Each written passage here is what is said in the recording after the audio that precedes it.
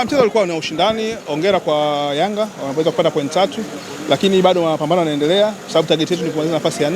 Kwa hiyo tunaenda kujiandaa kwa ajili ya mechi inayokuja dhidi ya Mbeya City. Hilo ndio ambalo liko mbele yetu. Pengine kuna katika mchezo wakati unaendelea kuna baadhi ya kitendo ambacho kilitokea na watu wakakitafsiri tofauti cha golikipa Mtasa Mnata kutolewa dakika za mwanzoni. Pengine hili kwako umeliona? Hiyo ni pure technical. Mtu ambaye anaweza kuelezea vizuri ni walimu. Nafikiri liko sisi wengine ni upande wa viongozi na upande wa mashabiki. Kwa hiyo mtu anaweza kuelezea hilo ni mwalimu kwa sababu ni pure technical. Inataka tactical switch au la. Kwa hiyo mwalimu anaweza kuelezea vizuri hilo swala. Ushindani ambao umeonyesha siku ya leo ndio bila shaka umeenda kukata yale maneno ambayo yalikuwa yanazungumziwa kwamba kuna namna nyie mkicheza na Young Africans mechi inakuwa nyepesi kwa upande wao. Maneno ya mashabiki always kila mtu anatafsiri na anataka yeye. Sidhani kama kuna siku tumeweza kuja kucheza na Yanga tukawa kuja kwa dhumuni la kushinda. Na sio mechi hii tu, mechi nyingi ambazo kama unafuatilia mechi zetu umeona tuna mechi za ushindani kama ambayo imetokea leo.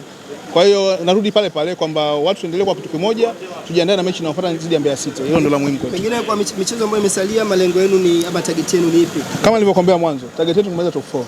Hilo ndio dhumuni letu. Na tunaenda kupambania hilo mpaka siku ya mwisho. Asante sana. Kama nilivyosema mwanzo kwamba tuendelee kwa kitu kimoja ili tufikie malengo yetu. Asante.